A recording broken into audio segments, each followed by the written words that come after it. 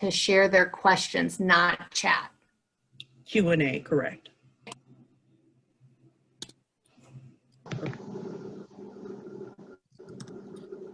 Okay, we still don't have Senator Klein.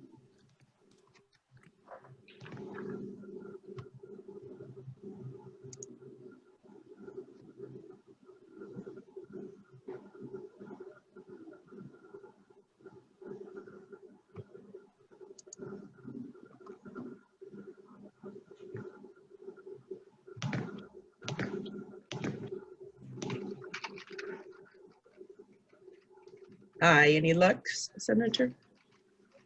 Okay. All right. What can I do to help?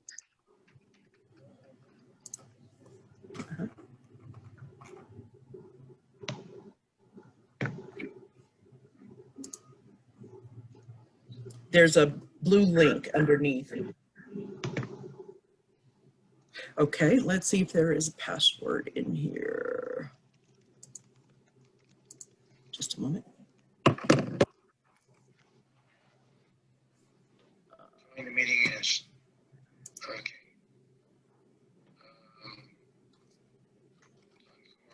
Webinar in progress. There you go. Okay, we'll see if that works. Hang on. Okay.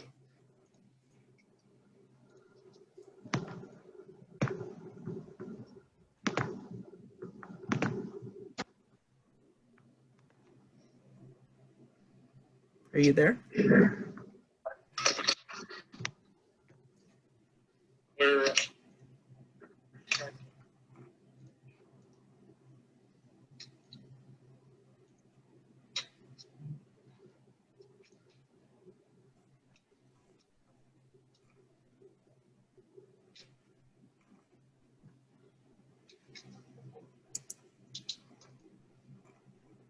And I'm looking for your name, looking out for you.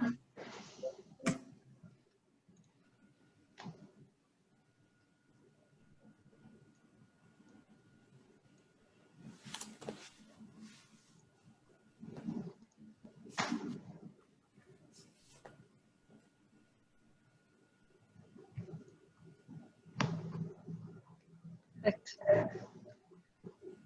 It looks like we have Senator Quorum on as well, and I know that Senator Winter is here as well. So whenever you are ready. Okay, well, welcome everyone. Good evening. Thank you so much for joining us after a day of probably other Zoom meetings and interactions. So thank you for coming. This is a virtual forum on Proposition EE, otherwise known as the Tobacco and Vape Tax Initiative that will be on the fall ballot in Colorado. My name is Jody Harden. I'm the co-executive director of the Civic Canopy. We're a community-based nonprofit focused on promoting and supporting civic engagement. So being part of this, I'm your moderator tonight, makes good sense with the mission of our organization to build awareness and understanding so we all can make informed decisions about our future in Colorado. So I want to appreciate and raise up the 3 organizations that are hosting tonight and have done all the coordination around it. That's Urban Land Conservancy, the Neighborhood Development Collaborative, and the Housing Colorado. I want to just go over quickly the format for this evening. We'll hear first from the campaign, from representatives from the Proposition EE campaign, who will share the facts and the background about Proposition EE. Then we'll have an opportunity to hear from the panelists that you see on the screen in front of you, a variety of perspectives around Proposition EE. They'll share their thoughts and reflections. We'll have an opportunity to hear from those of you in the audience, answer some of your questions. So if you look at the very bottom of your Zoom, you see a little toolbar that has participants. That'll show the folks that are participating tonight. Right next to it is Q&A. If you have a question for the panelists, type your question into the Q&A function. Include your name, and if you would like me to just read your question, or if you would like us to unmute you so you can pose your question to the panel. I think that was the big thing for Zoom function. The other thing to know is that we are recording tonight's event so that we can make it available. Since it'll provide a lot of education around Prop EE, we want to make it available in the future. So it is recorded. And we may have a reporter on the call this evening. And I think with that, we're eager to turn it to Cody. Cody, if you would just introduce yourself, and then I know you have a presentation to share about 10-15 minutes worth to give us the background on Prop EE. Terrific. Well, thank you so much, Jody, and thanks to everyone for making time to be here tonight. I know these are strange times that we are living in, and there are a lot of competing demands for your time and attention. And so I just want to extend my appreciation that you've taken some time out of your evening to learn more about this important initiative. My name is Cody Belsley, and I am a self-professed public policy nerd. I have been working in policy in Colorado for about 20 years, primarily in healthcare, public health, and early education. And I have the pleasure of serving today as the Outreach Director for Proposition EE, the initiative that we're here to discuss tonight. So with that, I'm going to share my screen and walk us through just a quick slideshow about Proposition EE, assuming I can get it to work for me. All right, and can you all see my screen? Jody, you're good? Okay, great. Well, I will run through my slides, and if you want to interrupt me with a question, maybe Jody can keep an eye on the Q&A and let me know if there's something burning, a clarification question that we want to address before we jump into the discussion with the panel. So I think it's helpful to talk about these initiatives and think about these initiatives and understanding the broader context in which voters are being asked to weigh in on these measures. So the challenges facing Colorado that are relevant to the Proposition EE debate start with understanding the public health context of this issue.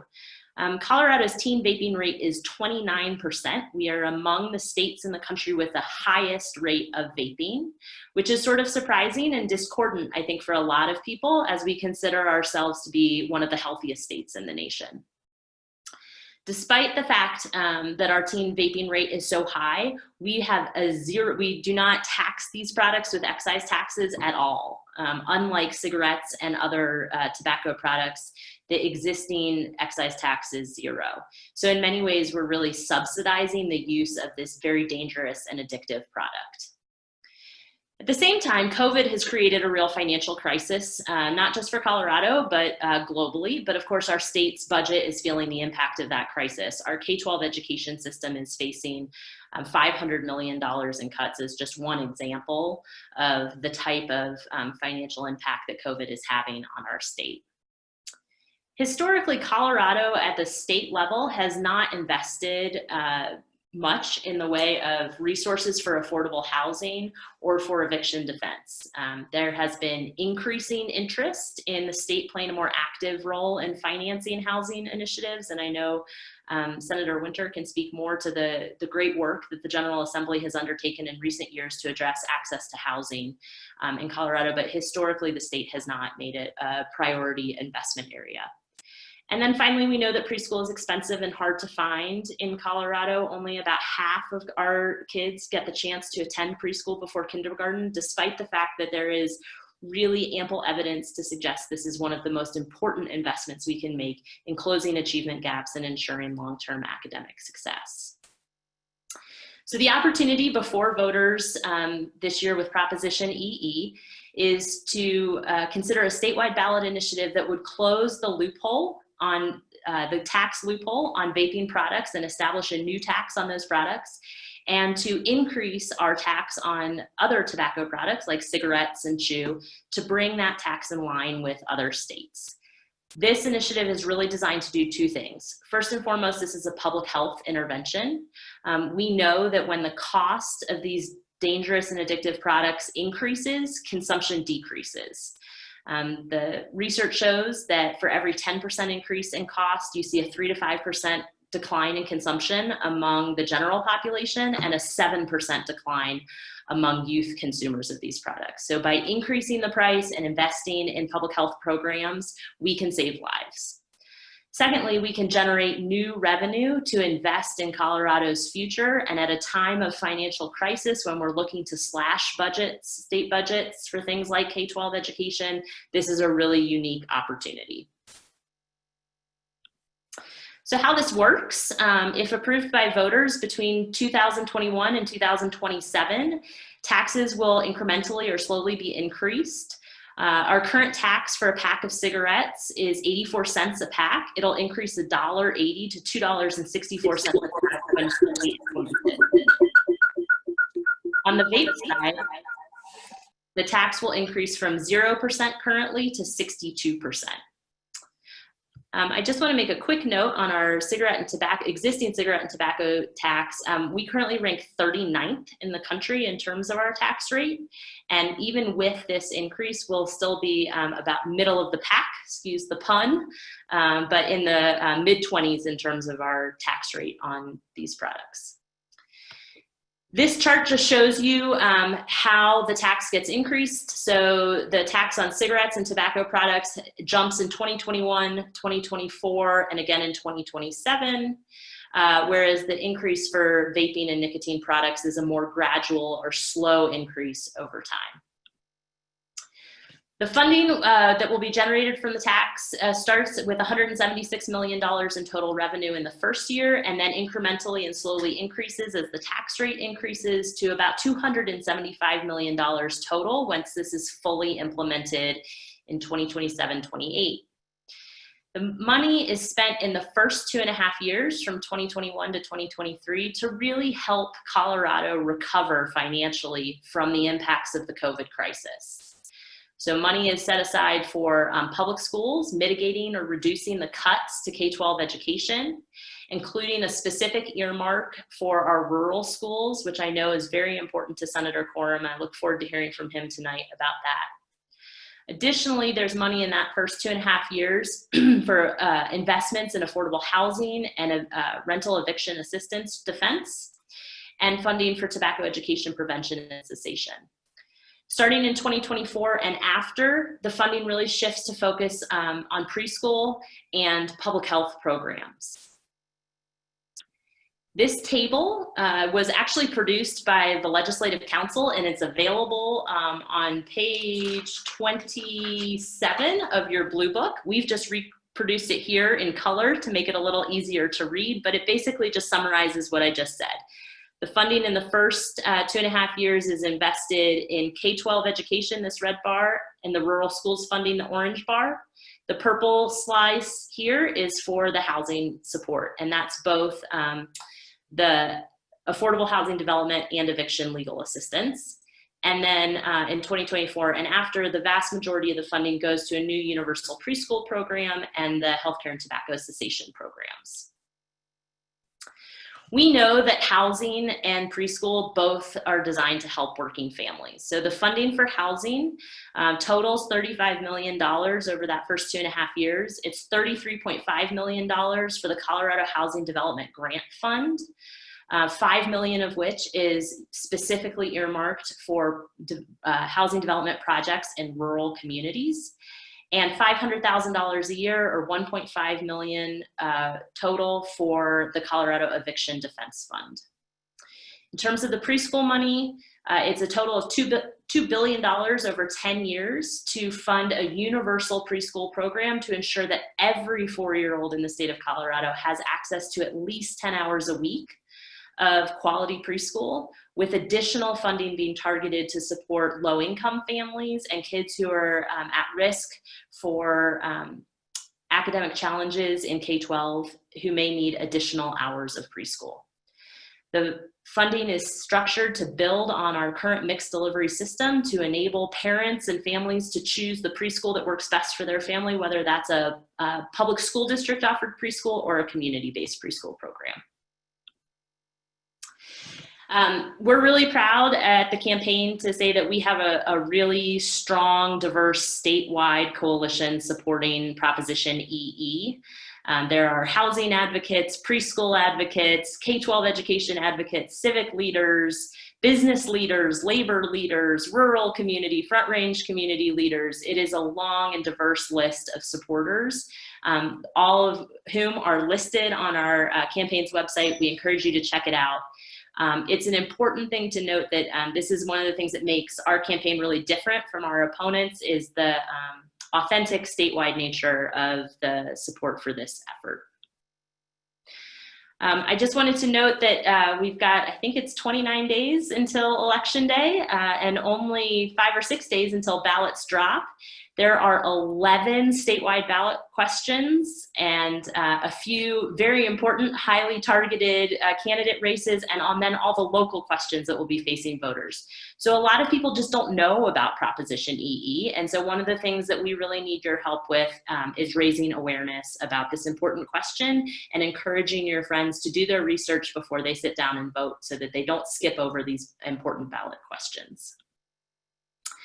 With that, I've listed my contact information here on the screen, and am happy to participate in the discussion to follow, but I will stop sharing my screen so that the panel can you all can see the panelists as we pursue the conversation portion of tonight's program. Thanks very much for the opportunity. Great, thank you, Cody. Appreciate that. That was a super helpful overview of both the purpose, the intent, and then some of the mechanisms that Prop E is all set up to support and do. With that, we'll turn to the panelists. We have a nice diverse group of panelists who come at this issue, have been thinking about it quite a bit from their perspective. We'll go around and have each panelist both introduce yourself briefly and then share with us some of your thoughts on this initiative.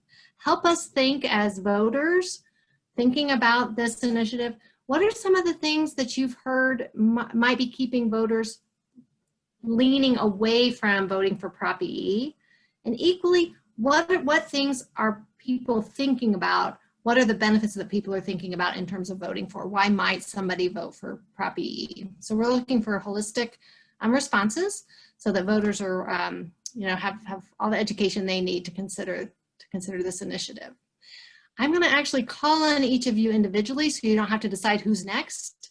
And I would love to start with Senator Winter. Senator Winter, if you'd unmute, introduce yourself, and then share with us your perspective on Prop E.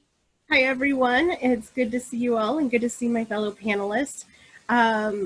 So Prop EE, I am very happy to support, specifically around the housing piece. And so in the last days of session, when we were putting this on, myself and Senator Gonzalez added an amendment to ensure that there was housing money as part of this program. And the reason that was so important to us is that we know that we're facing a housing crisis, and this isn't just a Denver issue. This is a statewide issue. We know that there are teachers and firefighters and frontline workers all over the state that can't afford housing, and it's just not affordable. And so we made sure that some of the money was going to affordable housing, a significant amount of money was going towards affordable housing development, and also we put in money for the Eviction Legal Defense Fund. So the Eviction Legal Defense Fund was established last year, and unfortunately, because of the coronavirus and what it's done to the state budget, we cut that line item out of the budget. And this restores this program. And the reason that the Eviction Legal Defense Fund is so incredibly important is that the majority of folks facing eviction don't have legal representation. So 9 out of 10 folks facing eviction are going to court with no legal representation, no lawyer. However, the folks doing the evicting almost always have a lawyer. And so this just helps make sure that our justice system is fair and equitable. So funding this right now, especially during the pandemic, when we know that there are hundreds of thousands of Coloradans that could be facing eviction, is really important. So we're helping provide affordable housing across the state. We're providing Eviction Legal Defense Fund. But there's other reasons I'm supporting EE. The first is that my son is 11 years old. And I know that he's getting to the age where I'm sure some of his friends are vaping, and if not this year, in a very short couple of years. And so making sure that we're taking our vaping rate down, especially for our teenagers, is incredibly important to me. It's important to me as a senator, but it's really important to me as a mom, and making sure that we're starting to curb that. And then finally, Of course, we need to be setting up every single 4-year-old to enter kindergarten ready to succeed. We know that when 4-year-olds get a good education and they show up to kindergarten ready to learn, the outcomes for the rest of their life are beneficial. And that's some of the reasons I'm supporting EE. Great, thank you, Senator Winter. I would like to turn to Senator Coram. Senator Coram, would you unmute yourself, share a little bit about yourself, and then your perspective on Prop EE?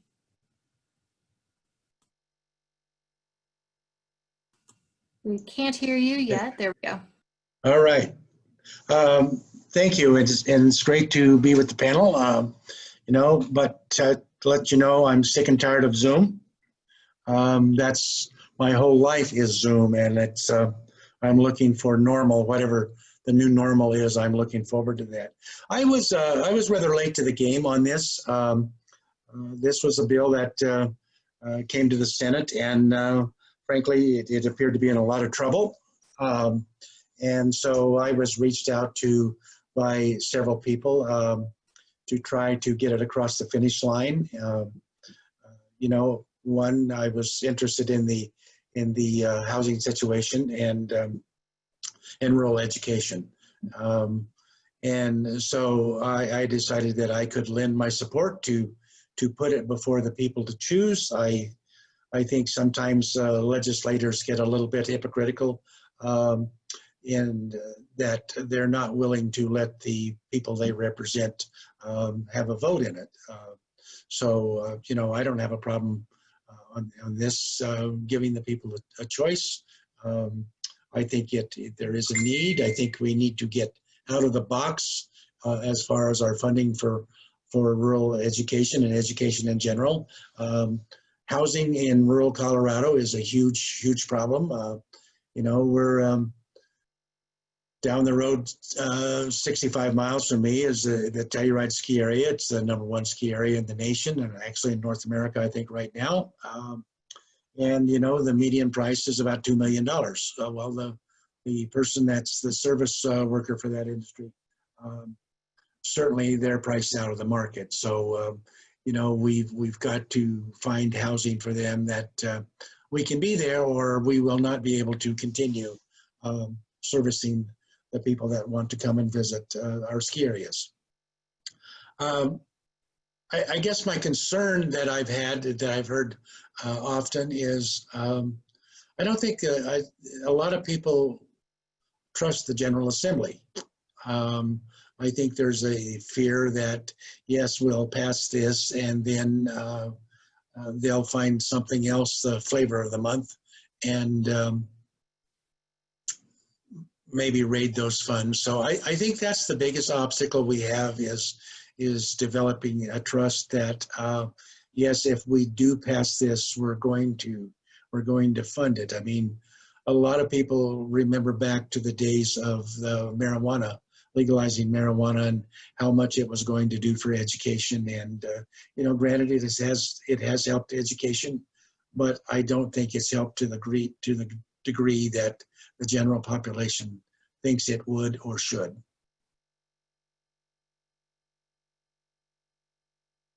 That was short and sweet.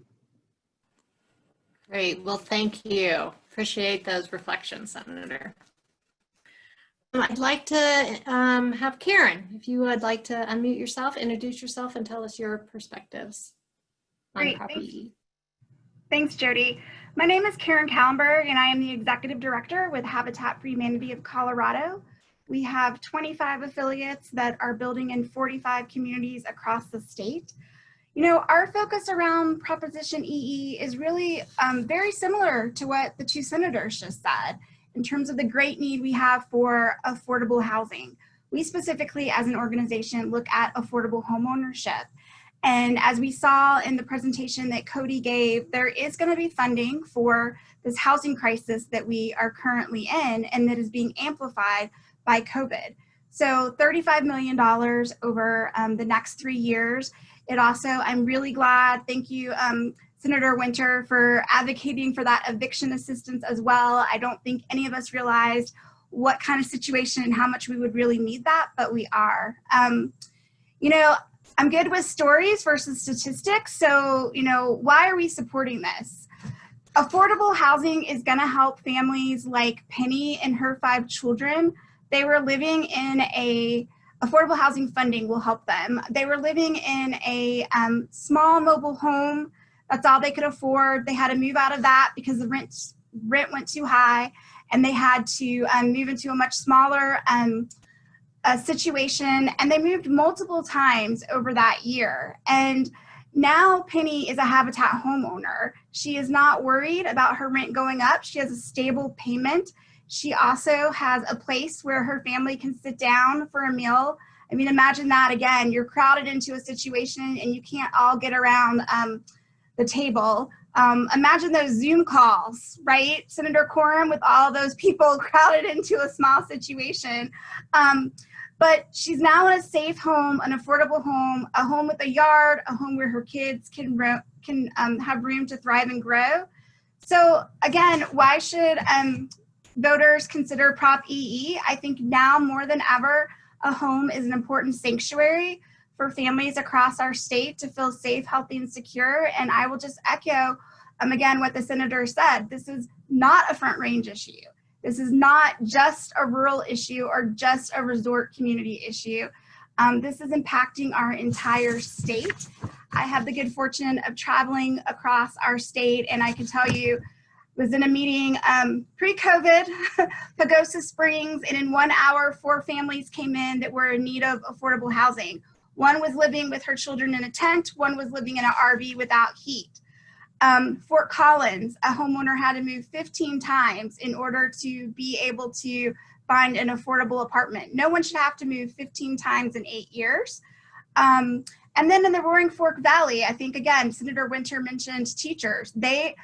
They're losing teachers. We're losing teachers across the state because they cannot live in the communities that they're serving. And so for us, in a time when resources are very limited and we already had a need, this is going to help to provide more Coloradoans housing, that essential basic need that we all have. Jody. Great, thank you, Karen. I appreciate that perspective. And we will go to another person in rural Colorado. Christy, would you like to introduce yourself and share with us a little bit about your perspective and background? Yeah, hi, I'm Christy from Lake County Build a Generation in Lake County, Colorado. And we're a very rural community, population of 8,000.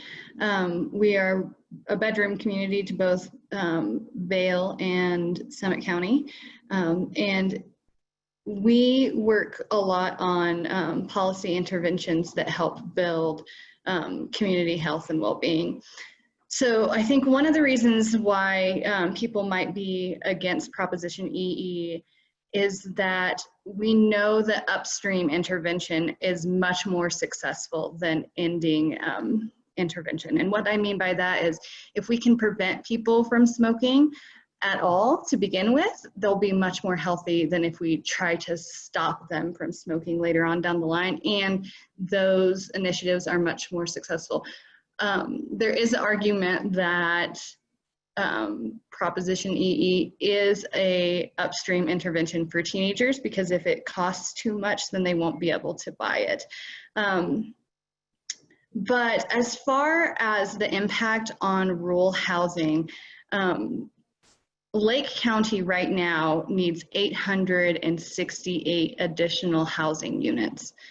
That's crazy, right? We're a population of 8,000 and we need 800 more right now. In surrounding counties, that's in the thousands. That's market rate and affordable housing. We're behind the ball. It's an uphill battle, and any single thing that we can get is going to help us address this problem. And same problem with childcare, right? Preschools and stuff like that. There are no licensed child care facilities in Lake County for children under the age of 1. So what happens to those parents? They leave the county. And what does that mean to our economy? That means we're losing valuable workers and important community members. So all of this really ties into the well-being of Colorado in general. Great, thank you so much, Christy. And next we'll go to Lauren. Lauren, I think you're gonna bring some education and pre-K context in. Yeah, so my name is Lauren Weatherly. I am the Partner School Program Director for the Boulder Journey School Teacher Education Program, which is a partnership with University of Colorado, Denver. So we work with teachers all over the state and actually all over the world, developing early childhood educators. And our focus is very specifically on early childhood. We're one of the only programs in the state who can say that. And in thinking about kind of what I could bring to this conversation, I think that it makes the most sense for me to share some perspectives about early childhood education that I think not a lot of people know. Senator Winter, you mentioned that we're facing a housing crisis, and housing is so well represented on this panel. I couldn't agree more with all of these perspectives. We're also facing an early childhood education crisis in our state, in our nation. And I want to build a little bit more on the importance of early childhood. So what we know is that 90% of a person's brain development happens before the age of 5, 90%. That means that children are born with all of their neurons, they're born with all their brain mass, but what's happening is through their early experiences, they're building connections in their brain. They're building neural pathways that create a roadmap for how they will live their life. And the ways in which, children navigate early childhood environments has impacts for academic success, which has been mentioned, and career success, also success in romantic relationships later in life, friendships, family relationships, health and wellness, huge impacts for health and wellness later in life. So if we're talking about a holistic reason for, supporting barriers to vaping and really trying to go for prevention, early childhood education is another reason. There's also tremendous impacts for families. Going back to March when COVID struck all of us and we started to go into the mode that we're in now, a lot of people with young children really, the world really started to see that our entire economy is built on the backs of early childhood education. I'm sure any of you who have children of any age really felt that in a lot of ways. And something that I don't think a lot of people understand is that despite the importance of the first 5 years, early childhood education en masse is not publicly funded. So there are some publicly funded, there is preschool in public schools, there's federally funded Head Start, but the network of early childhood in our state is really sort of a hodgepodge of, mom and pop businesses and, nonprofit organizations, along with these kind of publicly funded programs.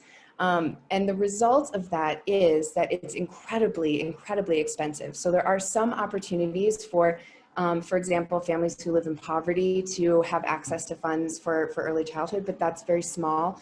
And then, you have very wealthy families who can have their pick of any preschool situation. But that leaves everybody in the middle with very few options. And I'm sure, again, that any of you with young children have felt this very deeply. It's very difficult because preschool tuition can be roughly the same as college tuition, just in a year. So creating a way to give all Colorado children access to early childhood education would be an unparalleled step for supporting families, supporting our economy, supporting, also supporting the early childhood education field. Early childhood educators are some of the most brilliant, resilient, and just innovative people out there. And I think that a lot of people maybe don't know too that we're also one of the lowest paid. So on average, early childhood educators make about $15 an hour. These are people with high qualifications, people with master's degrees, people with teaching licenses. But because we don't have a public system, we're not considered equal to the benefits and the pay that teachers in public schools are getting. So in addition, creating this new system would sort of prop up our entire industry. And what we saw with COVID is COVID has impacted many early childhood preschool businesses' ability to stay alive. Doors are shutting, people are leaving the field. We talked about teacher shortage before, and teachers are just massively exiting the field. So what we have is an early childhood education crisis that has been exacerbated by COVID. And so in addition to all of the reasons that have been cited, creating a way to say, as Coloradans, we believe that early childhood matters and we want to support all of our state's kids in this way would just have unparalleled benefits. So I hope that people support it for these and all of the other reasons. Great, thank you, Lauren. And with that, Jonathan, would you like to introduce yourself and share your perspectives?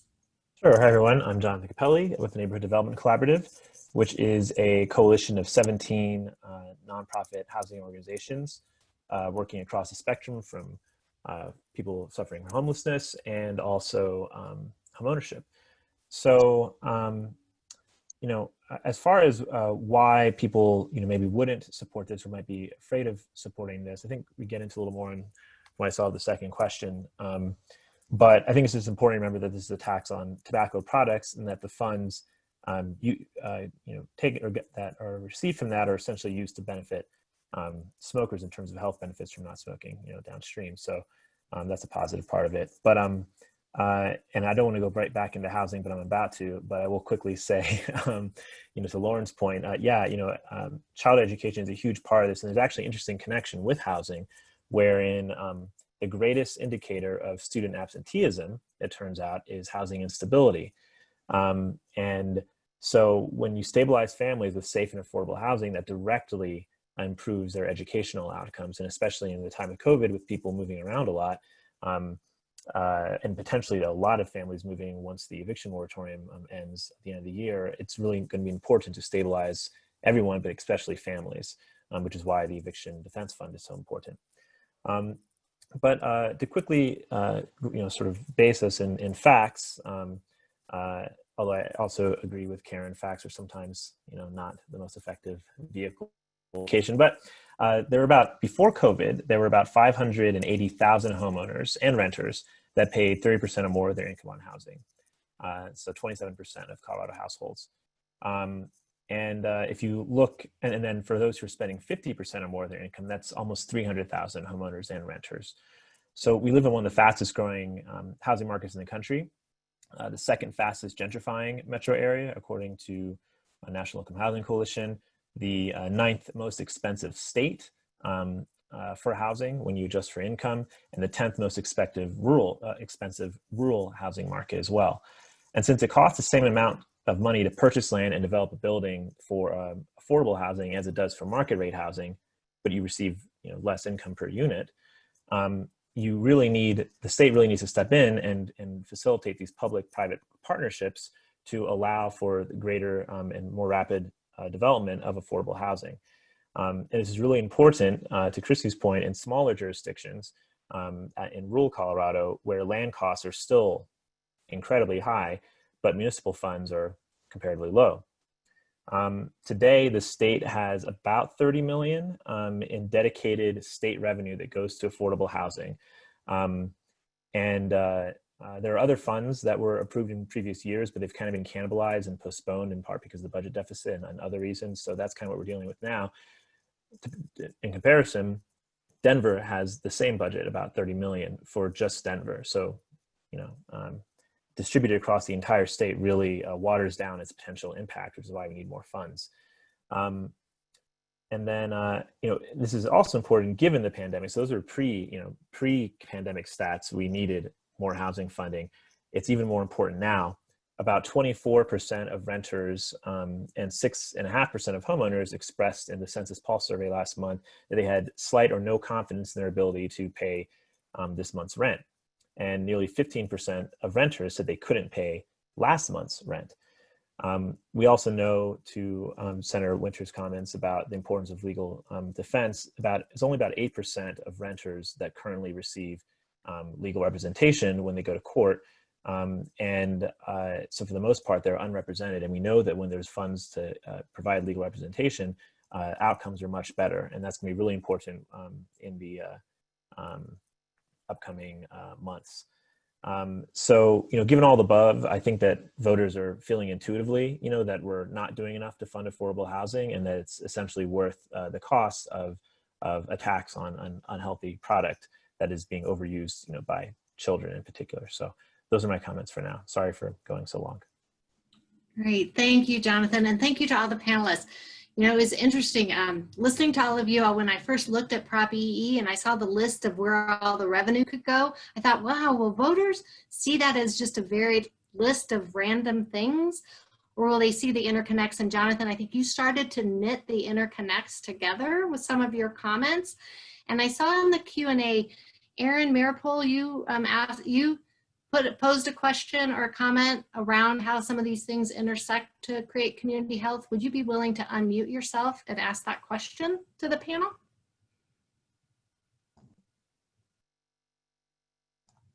Can you hear me? Yes. Yeah. Thank you all for taking time. Yeah, so there's been a lot of studies and data out there regarding the direct correlation between affordable housing and quality education. Jonathan, I think you mentioned something about the fact about stability, housing stability, and why that's a critical piece. And so I guess I just would be curious with this, with EE, can we communicate a stronger message about how housing and education really they have to be tied in? You guys have all alluded to it, but there's some really good data studies out there. And I sent a link to one that was done by the National Housing Conference a few years back. But again, I think that to me is a critical part to this conversation as well, is that we need both. We need quality education. We need those resources, K-12, and then obviously as it goes through preschool going forward after 3 years. But linking these dollars together is really, to me, is a really important message. So I guess it's less a statement rather than a question, but I am asking to see if we can mirror those, make that a stronger case in the next 30 days. So here, Aaron, I would, this is Cody Belsley with the Prop EE campaign, and I would say that we at the campaign would love to help create that platform and use that platform over the next 30 days as a springboard for ongoing future work to make these connection points.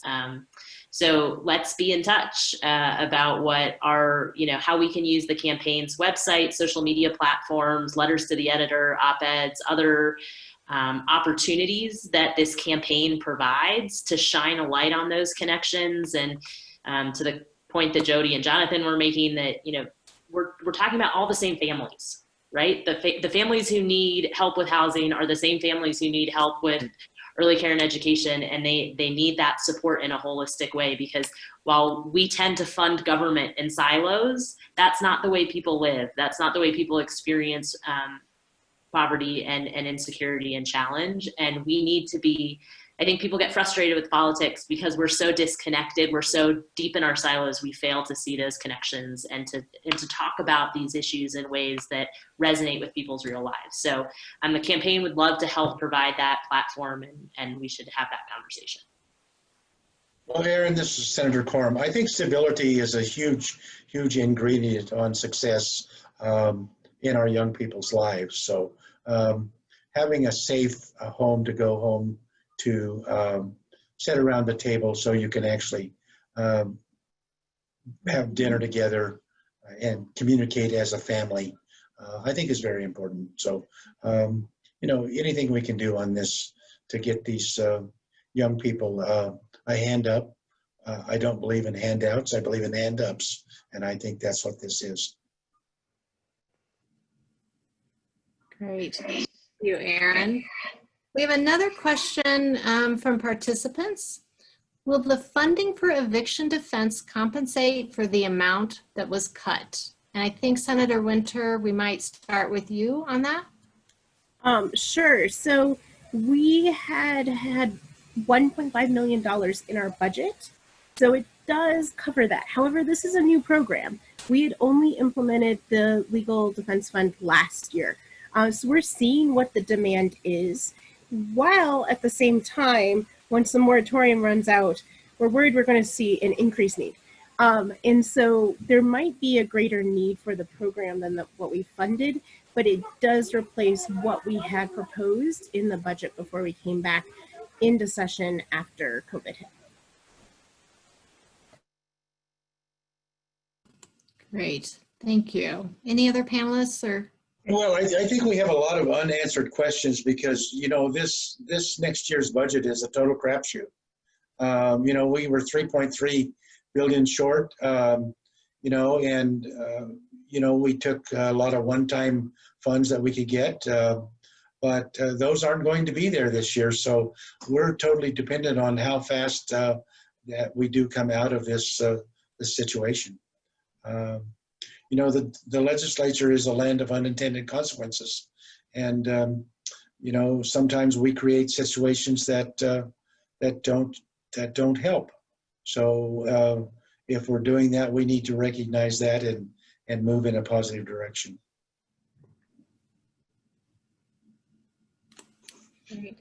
Maybe somewhat linked to that, a question came in from the audience around what's the thinking on the switch from the initially focusing the education funds on K-12 education for 3 years and then moving it into the preschool realm and funding preschool. Would anyone like to, who would like to start with your understanding on that or perspective? Everybody jump at the same time. So, you know, I think that is the question that's the 800-pound gorilla in the room. Because frankly, we cut the education budget by close to $600 million. We backfilled that with CARES funding, but I don't see that being there next year.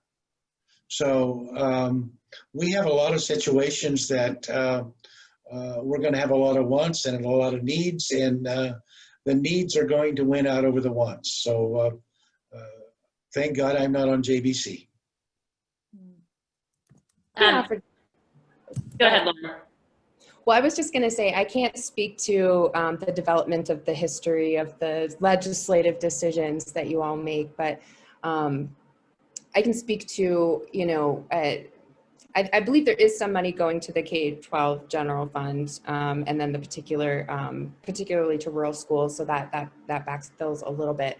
But I think from an early childhood education perspective, like, we're not necessarily choosing one or the other. We're catching early childhood up to where we could be and should be to be providing these benefits that are going to impact children's K-12 experiences. So I have a lot of empathy for the tough decisions that our legislators have to make.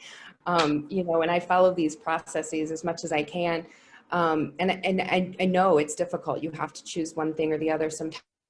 I think when you look at the benefits of early childhood education, they're so massive that I would hope that went into that decision.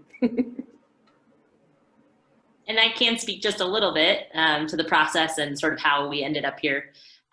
So this initiative actually started as a citizens initiated measure. A group of early childhood advocates and health advocates came together last year to start working on this, and they had gone through the Secretary of State's process to take this to the ballot as an initiated measure. And then COVID hit, and it became very clear that it would either be prohibitively expensive or impossible to gather the signatures necessary to qualify this measure for the ballot. And so they took it to the legislature. And it was through that legislative process that the measure was shifted from a solely public health and preschool initiative to something that could also help the state address the worst impacts of the COVID, the worst financial impacts of the COVID crisis. And that's where the money for K-12 education and for housing got added in. And frankly, I think it helps to strengthen the final proposal that's going to voters by acknowledging the very real crisis that we're facing in terms of the financial challenges facing the state. I think just a couple of quick points on the education funding. We're working really hard to be very clear so that we don't create a problem like was created with marijuana, Senator Coram, about unrealistic expectations for what this funding can do. The money in Proposition EE for schools is really intended to mitigate the cuts that we know are inevitably coming to schools because of the financial crisis resulting from COVID. There is just not enough revenue available through a tobacco tax to systemically address the funding shortfall facing our K-12 education system.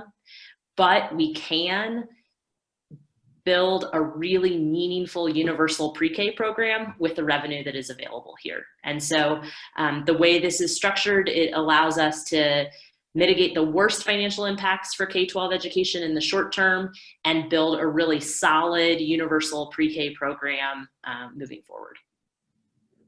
Great, thank you. Appreciate that, the history, and then also bringing it up into the current context. Thanks so much, Cody.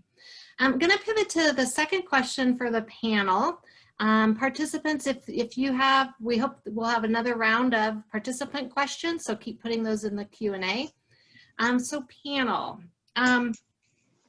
what would you say to folks, to voters who say, to those who fear that this tax will result in a disproportionate fiscal impact to the state and most importantly to specific demographics of tobacco users, to communities of color, especially during this time of COVID? So when you think about that, folks who are wondering about, ooh, is this going to hit disproportionately the state and communities of color tobacco users? How would you respond to that? And Christy, we have a couple panelists who have to leave early. Christy, did you say you wanted to start with this question? Yes, thank you. And I just wanted to say thank you for including me in this panel. It's been really fun to listen to everybody's different perspectives, and I feel honored to be included. So we know that the tobacco industry targets youth and lower socioeconomic status community members, right? We know that. We've heard that for the last 30 years. And so, yes, we do know that any kind of tax is going to impact the people who are hurting the most. But I would say on the flip side, we also know that people who are on the cusp of making that decision, they want to quit, but they need that little push.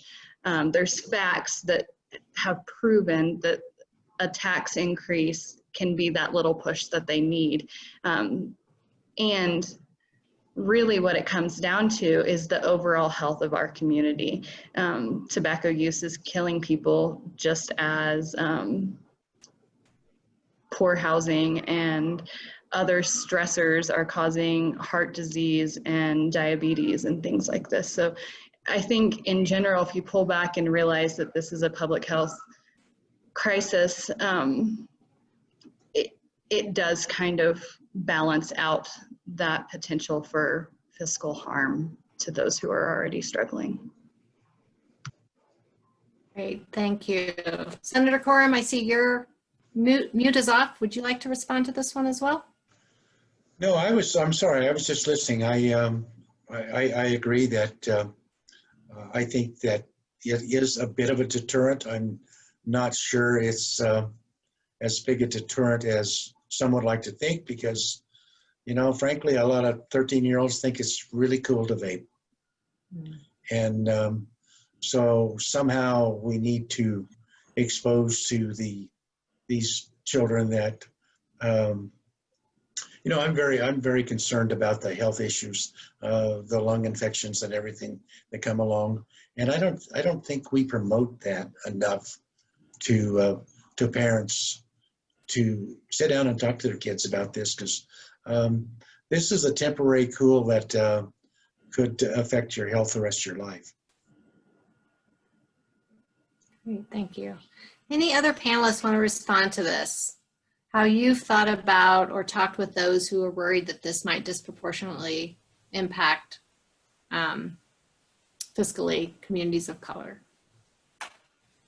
I think, yes, the deterrent impact is really important, but also where this funding goes was very purposely designed to support communities of color. And so when we look at who's going to benefit the most from making sure that we have universal pre-K, who's going to benefit the most from increased education, increased housing funding, increased eviction legal defense, and it's a concern that I had about this initiative, honestly. And then when we worked really hard as a legislature to weigh out where this money was going, for me, the decision was that the benefits are going to outweigh that cost. Yeah, I would agree with all that. you know, the population that tends to smoke does skew lower income. However, people smoke across all incomes, so it's definitely not just people of color and low-income populations. I was talking to the panelists earlier before we all got on about how there was a similar bill that Obama put out back in 2000, I think 13, 14, and 15 that didn't get through each time. But essentially, it was the same thing. It was an excise tax on tobacco products, and the revenue was supposed to go to expand preschool programs. So even though it's technically regressive, and taxes like that are often looked down on, many think tanks and experts weighed in and said that they supported it because it wasn't truly regressive, because the population that pays the tax actually benefits most from the tax through health programs and increased funding for early child education, which disproportionately helps low-income people, which might be disproportionately affected by the tax. So it all kind of comes together. Reducing smoking rates leads to substantial health gains for those populations and all populations.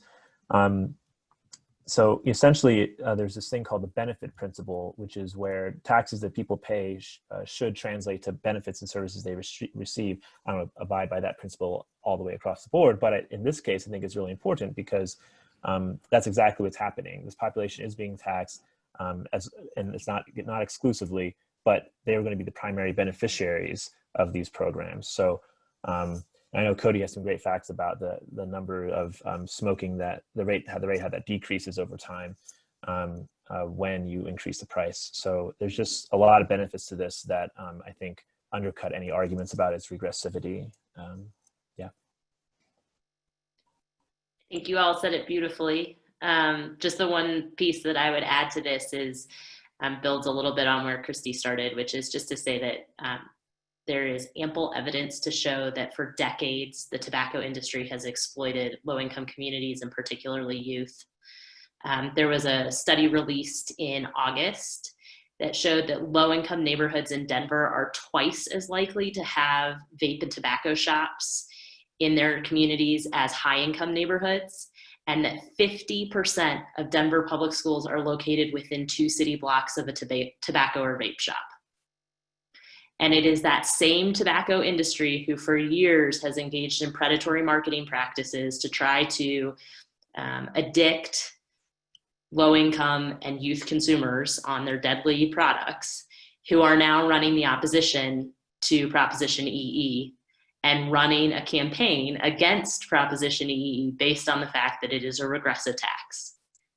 And I just think we got to pause for a second and acknowledge that this industry that has exploited these communities for decades is now running a campaign telling them to vote no because the tax would be exploitative. It's just, it's rich in irony.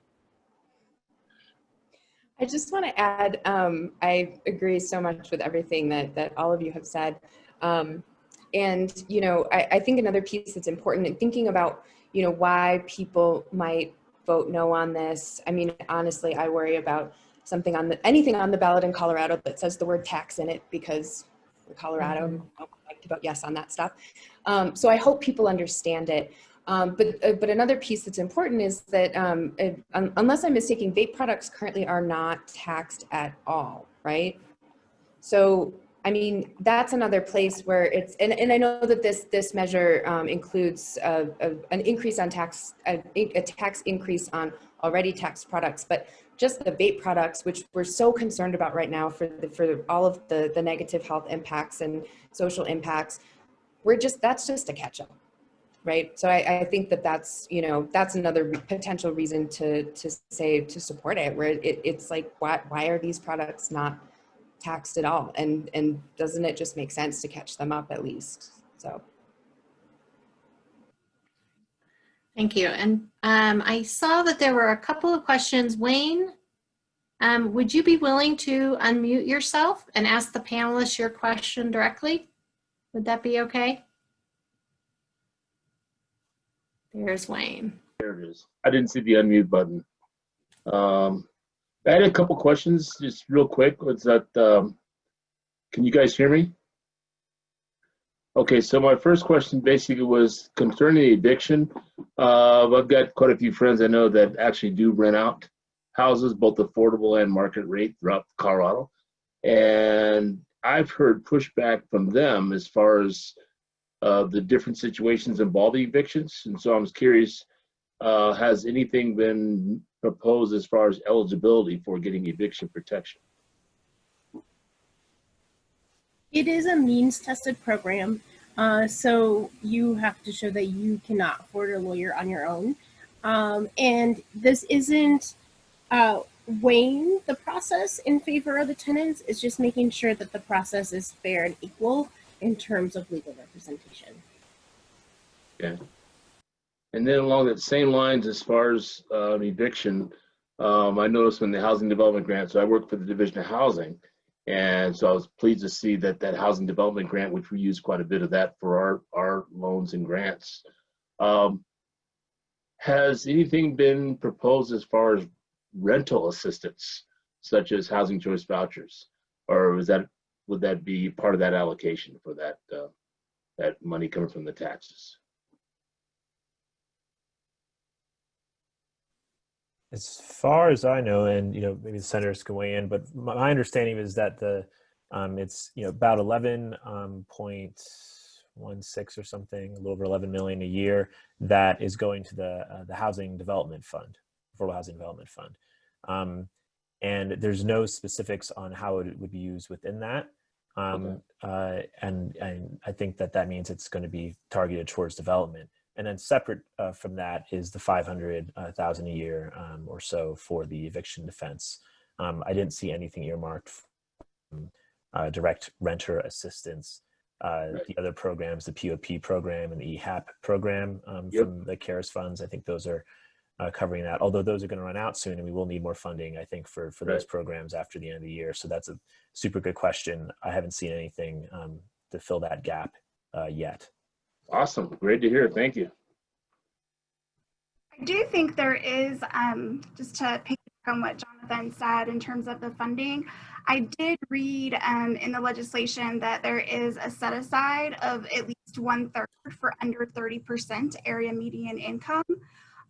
And so those are generally our, very low income neighbors that are in need of support. And that generally is around rental or homelessness support.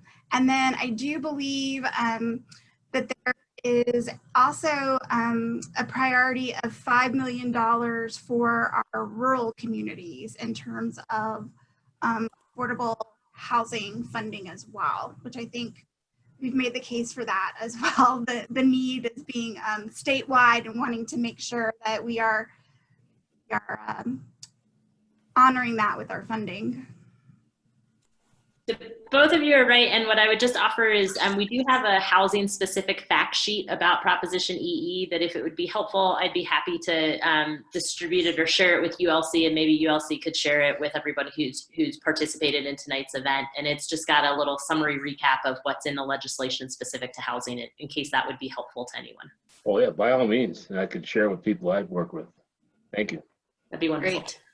Thank you, Wayne. And then Mark Marshall, if you're interested in unmuting yourself, the panel welcomes you to ask your question.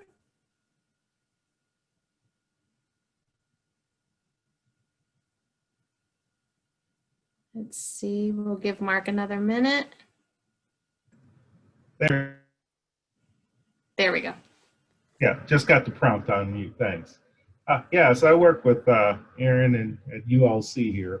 One thing we've explored in the past was how we might be able to link early childhood education with some of the development partners that we work with. We do a lot of TOD development with affordable housing developers, and oftentimes they use the low-income housing tax credits for these developments. And in their modeling, they are creating mixed use buildings. Upper floors are residential, generally ground floor commercial space. And many times they're struggling to find tenants for that commercial space on the ground floor. My question is kind of around this scenario, what do you think would be the likelihood of these types of funds being dedicated toward helping to build out, the tenant improvements or supporting early childhood education centers in affordable housing developments at TLD stations?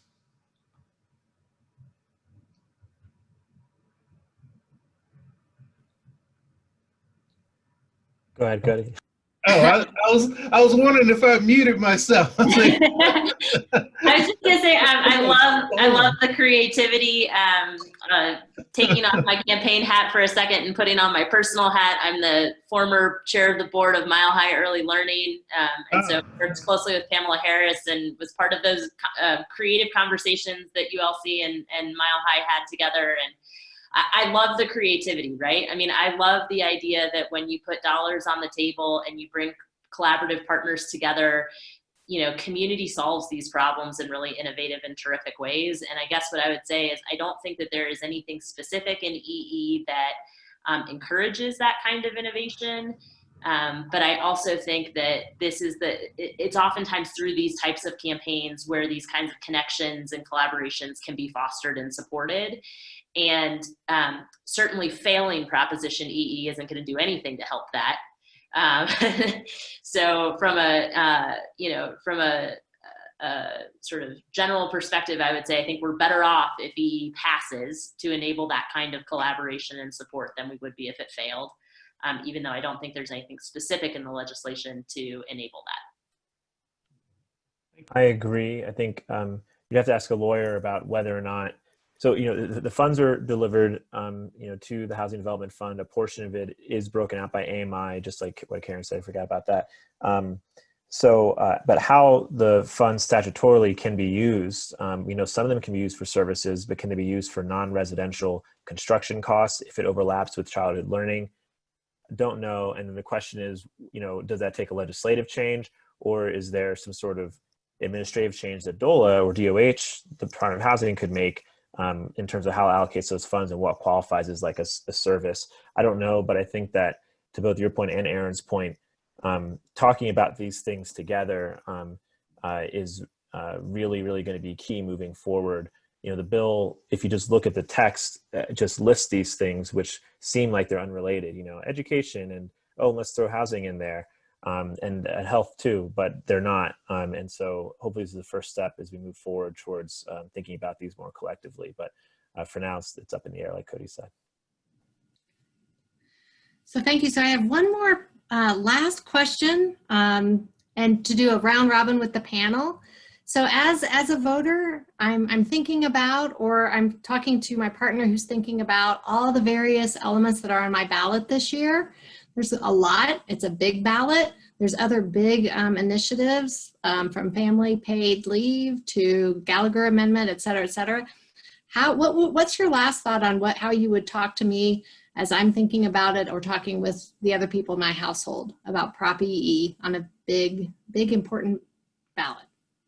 Karen, can we start with you? Sure. I would just say that there is a lot on the ballot. I know I've been highlighting my blue book for several days now, and I haven't gotten all the way through it just to make sure I understand everything. I think, the important thing about Prop EE, I'll go back to housing. That's what I know. Again, there are so many barriers right now in our state to affordable housing, and there's so many needs. And Prop EE is the one initiative that's on the ballot that is actually going to provide resources for housing, which I think, again, will impact our entire state. It's a statewide problem. We can vote across the state for this and provide funding. And I just think, I hope that it doesn't get lost, or we even talked earlier, or misunderstood, right? That we're all doing our due diligence to attend meetings like this, as well as read those thick blue books.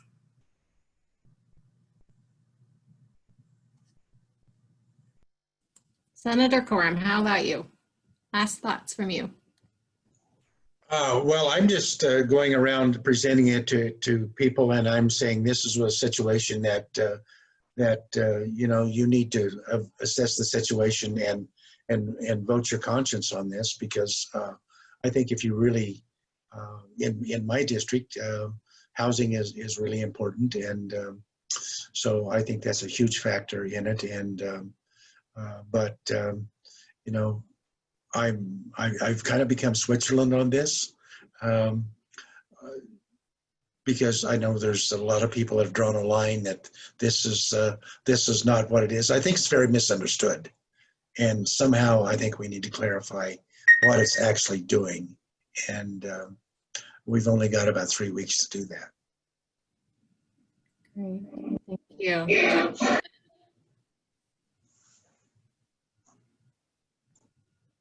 Jonathan, how about you? Okay, sorry. Yeah, so there's 11, I think, initiatives that are on the ballot this year. And, you know, sometimes it seems like there's a zero-sum game where it's multiple, you know, things competing for like increasing the sales tax, et cetera. It's not really happening this year because there's a measure to decrease the income tax, I believe. And then there's the Gallagher amendment. So, you know, I think this can be considered by itself without having to think about the cumulative effect compared to other bills, you know, for the most part. Even if the Gallagher amendment, you know, gets repealed, which I think would be a good thing for education and a lot of other programs too. You know, the people who aren't smokers wouldn't, you know, get hit. It wouldn't be a cumulative, you know, additional tax if you're not a smoker. And even if you are a smoker, as we learned earlier, it's, you know, this is a 22% total tax rate compared to Connecticut, which was a 200%, you know, tax rate. So it's just, I don't think that it really matters compared to the, even though it's a full ballot, there's no cumulative, like, you know, negative effect of them all being stacked together. This is independent and independently good. So I would just say, you know, ignore that noise and vote for what you think is best. And we would recommend this one. Great, thank you, Jonathan. Lauren, how about you? Yeah, let's see. I would say, obviously we've gone through a lot of benefits to this tax. I just can't see a downside to this. So just, you know, recapping the benefits for early childhood, this funding supports, you know, all of Colorado's young children. It supports, you know, all of Colorado's families that have young children. And, you know, we talk a lot about in early childhood, we say, you know, like, think about if you have a young child, okay? So maybe you don't have a young child. Do you work with somebody that has a young child? Probably.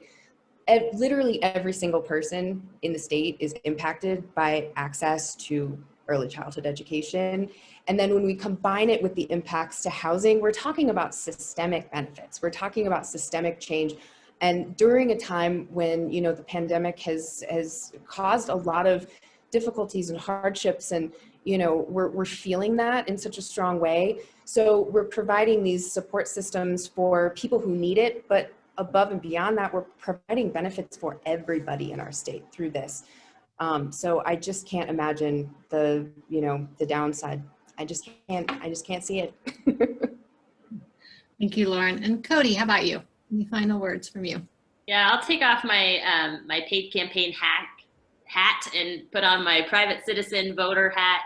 I happen to be a Democrat, but I was raised by a long line of proud Republicans from Southern Ohio. And the way that I talk about the work that I do with them is that this isn't about Republicans or Democrats. In a year in an environment that is so polarized and that is so negative, and it feels like everything in politics today is a zero-sum game, this is a win-win, right? This is good for health, it's good for kids, it's good for education.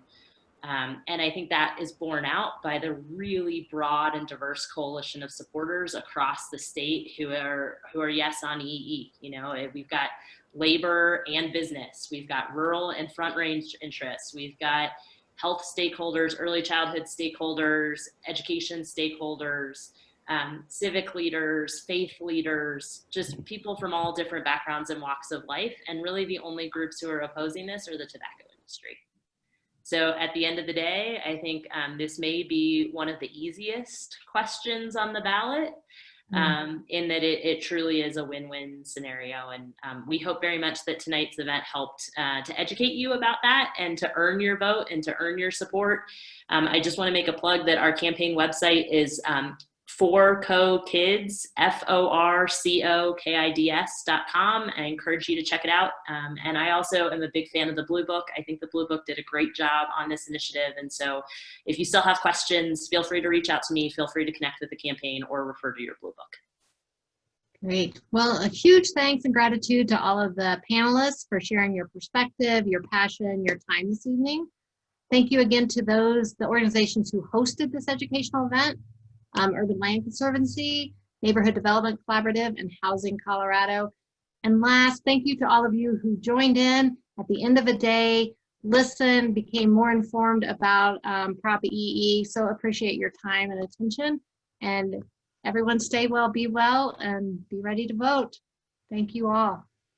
And we will send out the recording. So if you want to share this with others in your household or in your network, please feel free. Thank you all so much. Thanks for facilitating, Jody. Thanks, everyone.